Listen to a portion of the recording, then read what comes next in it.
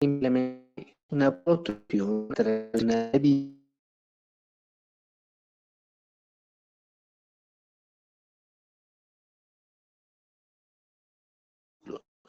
por diferentes factores se van dando colágeno de tipo 1 o 2. Existen más de tipos de colágeno, por lo tanto, los primeros 4 o 6 tipos de colágeno van hasta la médica, va pasando la edad. Es más, hay muchos factores de riesgo para que se siente producción de cuando aquí fui mucho la obesidad, la desnutrición, el alcohol y de fumar, ¿no? Entonces, atención, no quiere que olviden, me pregunta de examen, por favor, y acordarlo. Es una hernia, definición de hernia. Producción a través de una debilidad o orificio natural en la pared abdominal. ¿Ya? Listo. Siguiente.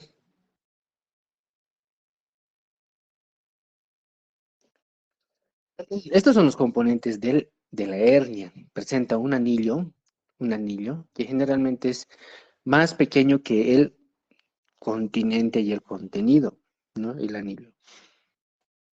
¿Ya? Es el lugar de la debilidad, orificio anatómico por donde se produce la protrusión, ¿verdad? Presenta un saco herniario y un contenido. El saco herniario es el continente. Generalmente está formado por peritoneo. A veces ya no existe el peritoneo, por lo tanto puede cubrirlo la piel, inclusive, ¿no? Pero en la mayoría de los casos está formado por el peritoneo. ¿Cuál es el contenido? ¿Ya? Habitualmente las vísceras más próximas y con mayor movilidad. Tenemos el epiplón, por lo tanto se llama epiplocele, puede ser intestino, se denomina enterocele o el apéndice, ¿no? Entonces, puede ingresar aquí varias estructuras a la hernia, ¿no? De esa manera formar el contenido de una hernia. Siguiente.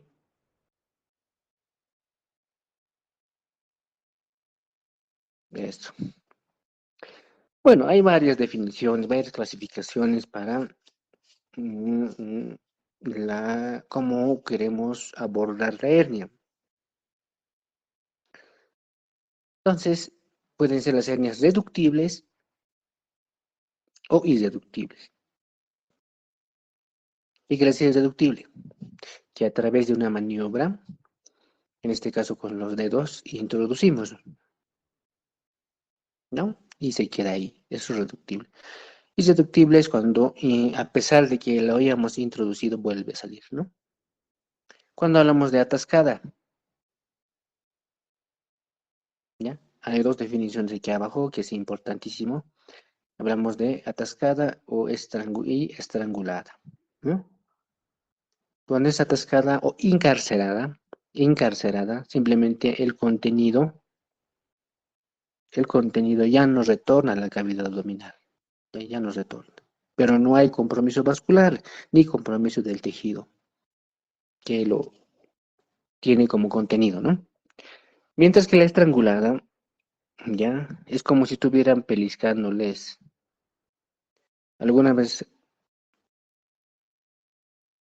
em, han escuchado noticias, ¿no? O tal vez ustedes mismos se han hecho estrangular en el auto o en cualquier lugar por los malvivientes, ¿no? Entonces, en el cuello, ¿verdad? Una vez que te estrangula, ya corta la circulación carotidia y ese paciente en cuestión de segundos se desvanece, ¿verdad? Es lo mismo acá. Si hay un estrangulamiento, se pellizca prácticamente la arteria y fíjense la imagen, ¿no? Se vuelve morado.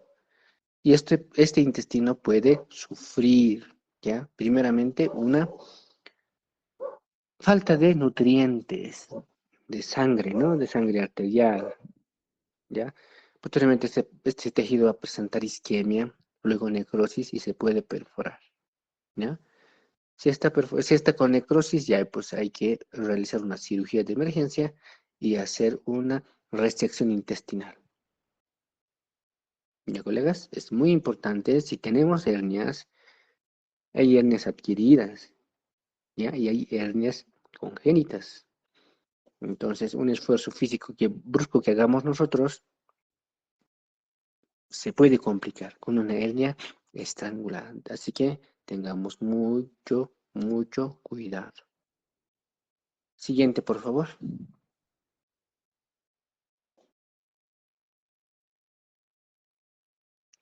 ¿Qué es evisceración? ¿Qué es eventración? Ya son dos definiciones muy interesantes y pregunta de examen, colegas, ¿ya? ¿Qué es evisceración? ¿Qué es eventración? A ver, leeremos bonito. ¿Qué es evisceración? Se refiere a la salida de parte del contenido de la cavidad abdominal sin peritoneo parietal a través de una herida quirúrgica,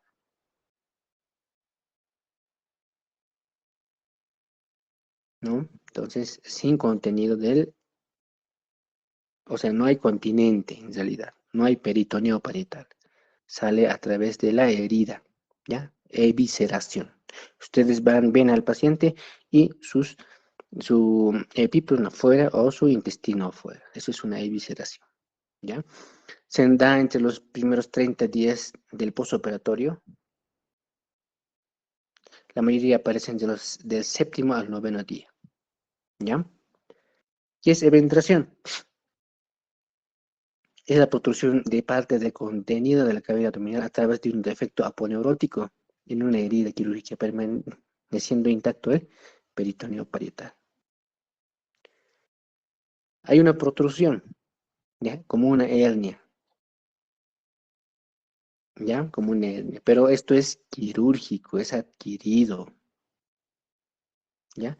Ocurre cuando la cicatrización de una incisión quirúrgica resulta deficiente, ¿ya? A veces hay infecciones en el sitio quirúrgico, por lo tanto, no están aproximados totalmente la aponerosis, de esa manera sale esta protrusión, ¿ya? Pero que está cubierto ¿por quién?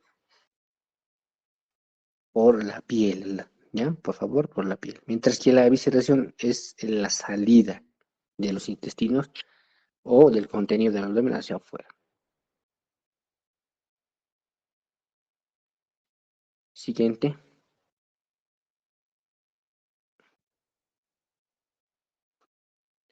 Esta parte es muy importante que sepan, colegas, factores predisponentes y desencadenantes, ¿ya?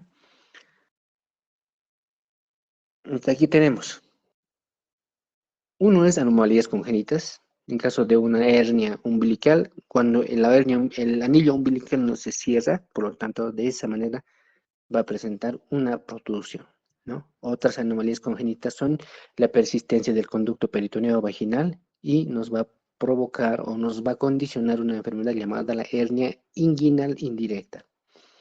Traumatismos, ¿ya? Por arma blanca, arma de fuego, etcétera, etcétera, ¿no? Traumatismos. Obesidad y enfermedad pulmonar obstructiva crónica, ¿ya? O enfermedad broncopulmonar actualmente denominada, ¿no? La obesidad, ¿por qué? ¿Ya? Porque pacientes obesos tienen menor cantidad de tejido muscular y el peritoneo parietal y juntamente la aponeurosis se debilitan, ¿ya? En la obesidad, ¿ya? Ahora, en el otro extremo también, la desnutrición. En la desnutrición, la pared abdominal se encuentra también debilitada. ¿Por qué? Porque ya no hay músculos y el colágeno de tipo 2 principalmente va disminuyendo. Entonces, ambos extremos, por favor, tanto la obesidad como la desnutrición provocan hernias. Tabaquismo, principalmente en la disminución de la producción del colágeno, ¿no? En eso influye. Por eso las personas que consumen alcohol y consumen tabaco tienden a envejecer más rápidamente que una persona que no consume estas sustancias, ¿no? Entonces, ¿por qué envejece? Porque hay disminución en la producción de colágeno. El embarazo, ¿ya? Por la distensión de la pared abdominal, hay separamiento de los músculos y por lo tanto va a haber hernias, ¿ya? en realidad el aumento de la presión intraabdominal, intraabdominal, ¿ya? Presión intraabdominal elevada, en caso de ascitis, en caso de patologías, por ejemplo, el estreñimiento, la constipación, tos crónica, todos ellos van a provocar el aumento de la presión intraabdominal, ¿ya? Tos crónica, ¿ya? ¿Qué más? Pacientes con ascitis, todos ellos van a poder presentar también hernias. Y obviamente levantar objetos pesados, ¿no? Entonces, esos son los factores predisponentes y desencadenantes que van a conllevar a una hernia. Siguiente. Ahí tenemos una de las patologías más comunes, generalmente en los niños, es la hernia umbilical. Este anillo umbilical ya les he indicado, ¿no? Es cuando no se cierra el anillo. ¿Ya? Esperamos hasta los 2, 3 años. Si no se cierra totalmente, entonces hay que hacer un cierre quirúrgico, ¿ya? En las mujeres embarazadas pasa lo propio. Como hay una presión intraabdominal que va a distender todo el abdomen, entonces es muy propenso que presenten estas mujeres hernia umbilical, ¿ya? Entonces, después de la cirugía, después del parto o cesárea, se hace la corrección. Siguiente.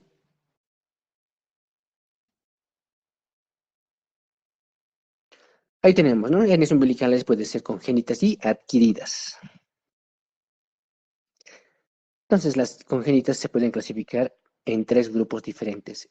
El ónfalocele, que es un defecto infundibular de la porción central del abdomen y cuyo través protruyen las vísceras en la base del cordón umbilical, ¿no? Ese es el ónfalocele, directamente en el cordón umbilical, ¿no?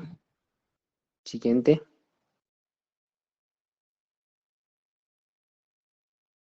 Tenemos a la gastrosquisis, ¿ya? Defecto en la pared abdominal que se caracteriza por una ruptura de la membrana umbilical que permite la herniación del intestino fuera de la cavidad abdominal, ¿ya? El primero es onfalocele que no es tan dificultoso, mientras que la gastrosquisis ya es la salida del contenido abdominal, ¿no? Gastrosquisis.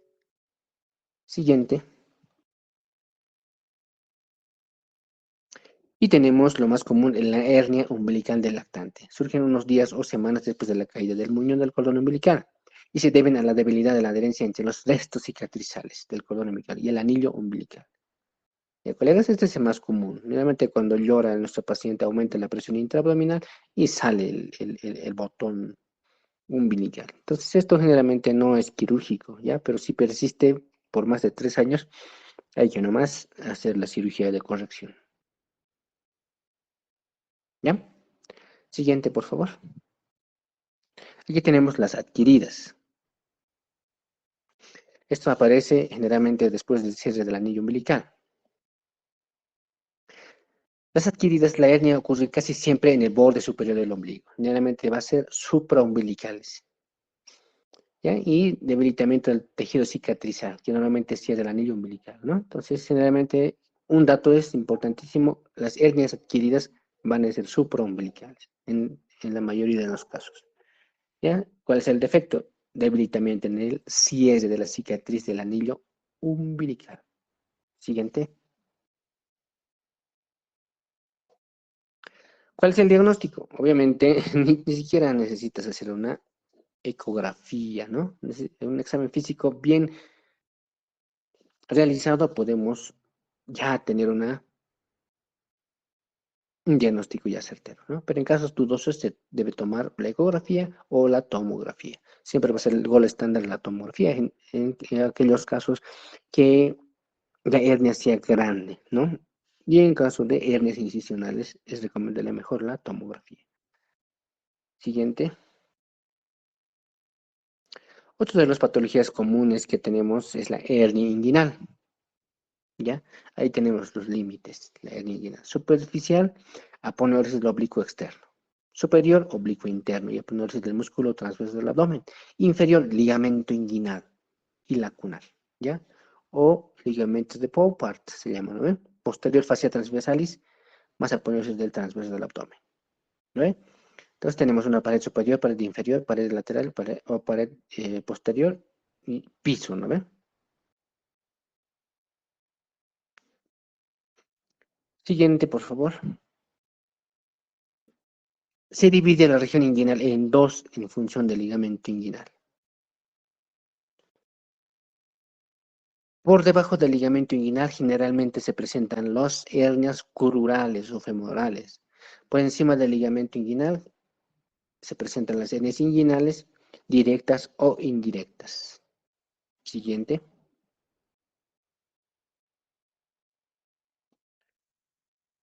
¿Qué más tenemos? Hernia inguinal, anillos inguinales. Anillo inguinal profundo, fascia transversalis en forma de una U, ¿ya? Y anillo inguinal superficial, pilar medial, cuerpo del pubis y pilar lateral, espina del pubis. Entonces ese es el conducto inguinal, ¿verdad? Presenta dos anillos, un anillo profundo y un anillo superficial. El anillo superficial se va a encontrar en la región del pubis y anillo profundo a nivel de la cresta espinilla cantero superior a través, envuelto por el ligamento interfoveolar, ¿no? Siguiente, por favor.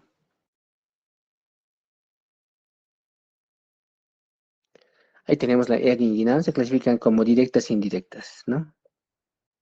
Entonces ahí podemos ver en la imagen, ya, en la parte derecha de su imagen, tenemos la arteria epigástrica inferior, ya, o superficial. Eh, el de color verde, ya, corresponde aquí al triángulo y en la parte superior medial al cuadrilátero, ¿ya? Donde dice lateral al cuadrilátero corresponde ya lo que son las hernias directas, mientras que donde pertenece a la región verde, las hernias indirectas, ¿no? De acuerdo a la posición anatómica de la arteria epigástrica superficial. Siguiente. Siguiente, por favor.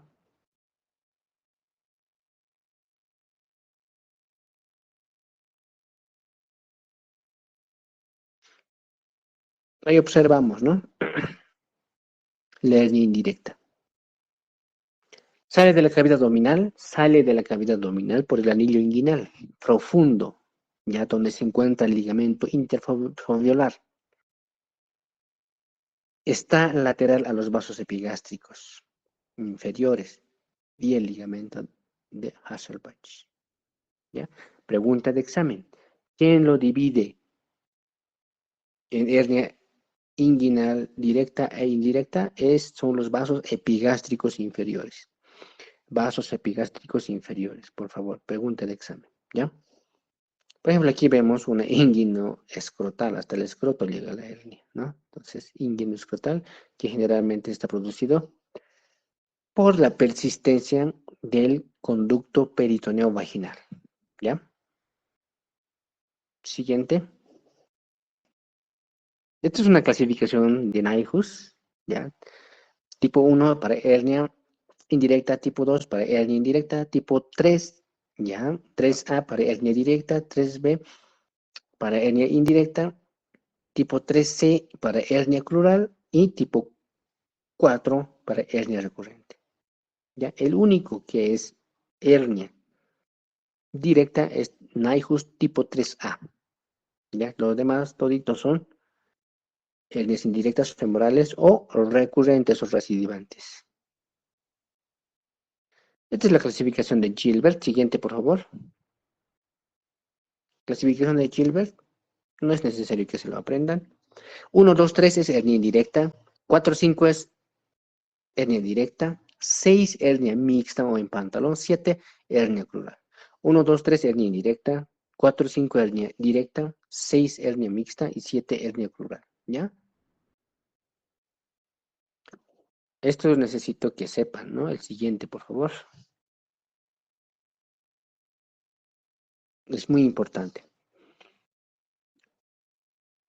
Al menos en la especialidad manejamos los dos clasificaciones anteriores. De los 8 o 10 clasificaciones, los dos anteriores que hemos visto, Nyhus y Gilbert, utilizamos nosotros para la cirugía. Esta maniobra del andíbar es importante para ustedes, ¿no? Para un médico general, ¿ya? Entonces, maniobra del andíbar. A través del conducto inguinal nosotros introducimos el dedo, ¿ya? Y le pedimos al paciente que aumente la presión intraabdominal, que puje, ¿no? Entonces, al pujar, si tú sientes con el pulpejo del dedo índice directamente la hernia que te está empujando, la punta es una hernia directa. Si tú sientes que te empujó por el lado externo, entonces es una hernia indirecta. ¿Ya, colegas? Maniobra de Edward y Andrews, ¿ya? Que es similar a la anterior. Siguiente, por favor. Hernias femorales y crurales. Las hernias femorales o crurales generalmente se presentan en las mujeres, ¿ya? Por la misma anatomía, fisiología anatómica de la pelvis y no tanto en varones. Estos se presentan generalmente en mujeres, hernias femorales o crurales. Obviamente puede haber también en los varones, pero mayor cantidad en mujeres. Es aquella que protruye a través del anillo crural, son más frecuentes en mujeres, mayor riesgo de estrangulación, ¿no? Límites anterior, ligamento inguinal, eso tienen que saber, colegas. Límites anterior, ligamento inguinal. Siguiente, por favor, colega. Entonces, límites, tenemos pared anterior, ligamento inguinal, límite posterior, ligamento de Cooper, ahí está en la imagen, límite lateral, tejido conjuntival o vena femoral, el de color azul, límite medial, ligamento lacunar o Gimbernat, ¿ya? Entonces, estos límites tienen que saber. Ligamento posterior. Pregunta de examen. El anillo femoral, el límite posterior está constituido por, inciso A, ligamento de Cooper. Esa es la respuesta, ¿ya? Ligamento de Cooper. Siguiente. Aquí vamos a ver una imagen, cómo están saliendo la arteria y la vena, y entre ellos, o más lateral, el nervio femoral. Nervio femoral, arteria y vena. Esa composición se llama van, ¿no ven? Vena, arteria y nervio en la región femoral. Van, de medial a lateral. Vena, arteria y nervio. Van. Siguiente, por favor.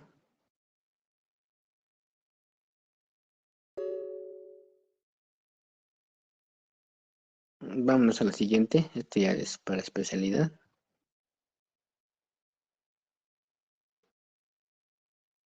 ¿Ya? Aquí tenemos varios tipos de hernias, ¿ya? Femorales, de acuerdo a su disposición, de acuerdo a su localización. Unos salen medial a la vena, entre la arteria y la vena, por delante de la arteria y la vena, por detrás de la arteria y vena, o lateral a la arteria y la vena. Entonces, aquí tenemos uno lateral, hernia de Hasselbalch,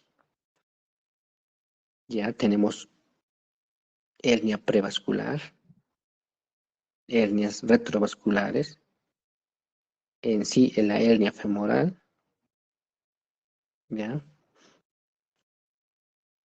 Hernias lacunares y hernias de Cloquet, ¿ya? Entonces son variaciones de las hernias de acuerdo a la disposición de dónde van a salir, ¿no? Siguiente. Manifestaciones clínicas, ¿ya? ¿Qué es lo que vamos a presentar? Una protrusión, ¿verdad? En la región herniaria, que aumenta con la tos, esfuerzos, bipedestación, disminuye en decúbito y reposo. Quiero presentar estas hernias a medida que va pasando el tiempo, el transcurso, la fisiología natural de las hernias es que se vayan abriendo cada vez más. No se reducen estas hernias, ¿ya? Al contrario, cada día que pasa se va a ir abriendo más, ¿ya? De acuerdo al compromiso del contenido de la hernia, va a presentar dolor, tanto en el tránsito intestinal, todo ello. Siguiente. Entonces, el diagnóstico es clínico, un examen clínico y una historia clínica. Diagnóstico de imagen, ecografía y tomografía. Maniobras que pueden realizar, la más común, la más fácil es maniobra de Valsalva. ¿Ya? Siguiente, por favor.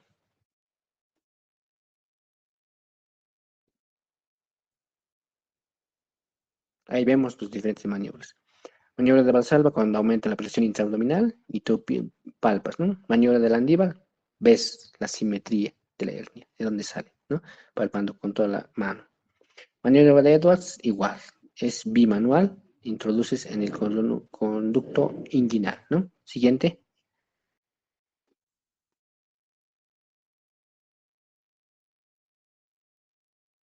Entonces, aquí, ¿qué es lo que dice? Recomendarte esperar y controlar. Algunas veces usar un sí a la hernia es pequeña y no te causa molestias. Entonces, ¿qué es lo que recomendamos cuando el paciente no quiere operarse o realmente es muy pequeño la hernia? Usar bragueros, en este caso, ¿no? Bragueros en pacientes que tienen hernias, ¿ya? Siguiente, por favor. Las cirugías mayormente mayor a 2 centímetros requieren la actividad quirúrgica, ¿ya? Para evitar complicaciones. Lo más importante en esto es evitar las complicaciones, colegas. Una paciente puede estar normal en su casa, con hernia, pero este paciente empieza a toser y aumenta la presión intraabdominal y va a presentar una complicación, ¿ya? Se puede estrangular su hernia, ¿ya? Colegas, siguiente,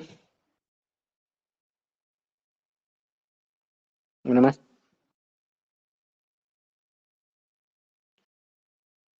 Bueno, chicos, ese es el primer tema. El otro es más, no es tan extenso. ¿Alguien tiene alguna pregunta?